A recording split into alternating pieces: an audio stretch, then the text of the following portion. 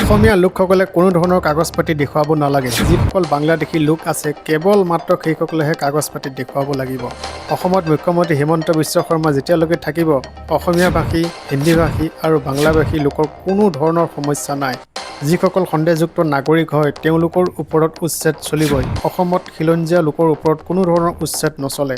অসমত খিলঞ্জীয়া সুৰক্ষিত আৰু অসমত নিজকে অখিলঞ্জীয়া বুলিবলৈ কাৰণে অসমীয়া লোকসকলে কোনো ধৰণৰ নথিপত্ৰ দেখুওৱাৰ প্ৰয়োজন নাই।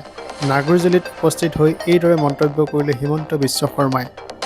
গৰুপতি উৰিয়াম ঘাটত সন্দেহযুক্ত বাংলাদেশীকহে উচ্ছেদ কৰা হৈছে। DTRৰ VGR, PGRত বাস কৰা খিলঞ্জীয়া ৰাইজে উচ্ছেদ হ'বৰ আশংকাত ভুগিব কোনো ধৰণৰ প্ৰয়োজন নাই। এইদৰে ক'লে মুখ্যমন্ত্ৰী হিমন্ত বিশ্ব শৰ্মাই। ভাৰতীয় মানুহ ইয়াতেই জন্ম হ'ব লাগিব, ইয়াতেই মৰিব লাগিব। যাবলৈ তেওঁলোকৰ বেলেগ দেশ নাই।